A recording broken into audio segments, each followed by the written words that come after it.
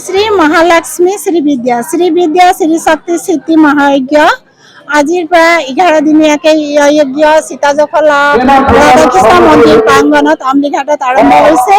আজি আমাৰ প্ৰথম দিন আছিল। আজি প্ৰথম দিনত আমাৰ ধৰ্মধ্বজা উত্তোলন কৰিছিল গোৰ্খা সন্মিলনৰ সভাপতি কৃষ্ণ ভুজেল দেৱে আৰু লগতে ৰাধু কাকতি আমাৰ সম্পূৰ্ণ সমাজ সেৱক ইয়াত উপস্থিত আছিল। তেওঁলোকৰ সহযোগত আমাৰ ধৰ্মধ্বজা অনুষ্ঠানটো সমাপন হ'ল।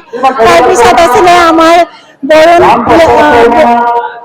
বৰুণ আহ্বানত আমি सीताजखला মন্দিৰৰ প্ৰাংগণত গৈ কিলিং নদীৰ পৰা আমি বৰুণ আহ্বান কৰি কলচ লৈ আমি মন্দিৰৰ প্ৰাংগণত উপস্থিত হ'লো। এতিয়া আমাৰ 11 দিনীয়া অনুষ্ঠানটো 11 দিনীয়া যজ্ঞ 11টা যজ্ঞত আমাৰ পূজা সমাপন হ'ব।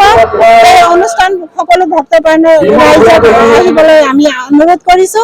লগতে আচাৰ্য শ্ৰীযুত হৰিপ্ৰসাদ উপাধ্যায় তেওঁৰ সপোনত কামাখ্যা দেৱী বগলা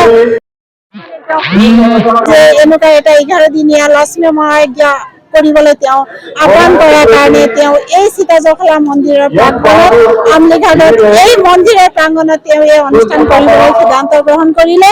গতিকে এই যজ্ঞই যাতে সকলো সমাজ আমাৰ সমাজক দেশক শান্তি আনক মংগল আনক তাৰে কামনা কৰিছো আৰু সকলো ভক্তপ্ৰাণ ৰাইজক এই 11 দিনীয়া অনুষ্ঠানত ভাগ ল'বৰ কাৰণে আমি আহ্বান জনাইছো।